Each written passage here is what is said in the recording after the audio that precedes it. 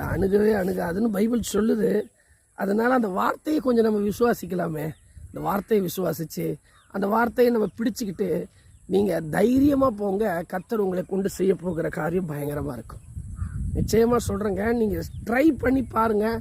உங்கள் வாழ்க்கையில் ஒரு பெரிய ஆசீர்வாதத்தை நீங்கள் பார்ப்பீங்க. யாரை குறித்தும் பயப்படாதீங்க, யாரை குறித்தும் கவலைப்படாதீங்க. யார் இருந்தாலும் இல்லைனாலும் உங்கள் பக்கத்தில் 1000 பேர் 16,000 பேர் விழுந்தாலும் அது உங்களை என்ன பண்ணாதான் கூட தொட முடியாதான். ஏன் அப்படின்னா சர்வ வல்லவர் உங்களோடு இருக்கிறாரு.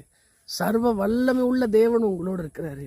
சர்வ வல்லவர் உங்களோடு இருக்கிறாரு. அவர் எப்பவுமே உங்களை தாங்குறாரு, தப்பு வைக்கிறாரு.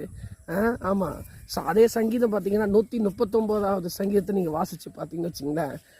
ஆமாம், உங்களை எல்லாத்தையும் கவனித்து அவர் பார்க்குறாராம். ஆண்டவர் பாருங்கள், நீங்கள் உட்கார்றது, நீங்கள் எழுந்திருக்கிறது எல்லாத்தையும் அவர் கவனிக்கிறாருன்றாரு. அப்போ உங்களுக்கு ஒன்றுன்னா நிச்சயமாக அப்படி அவர் விடவே மாட்டார்.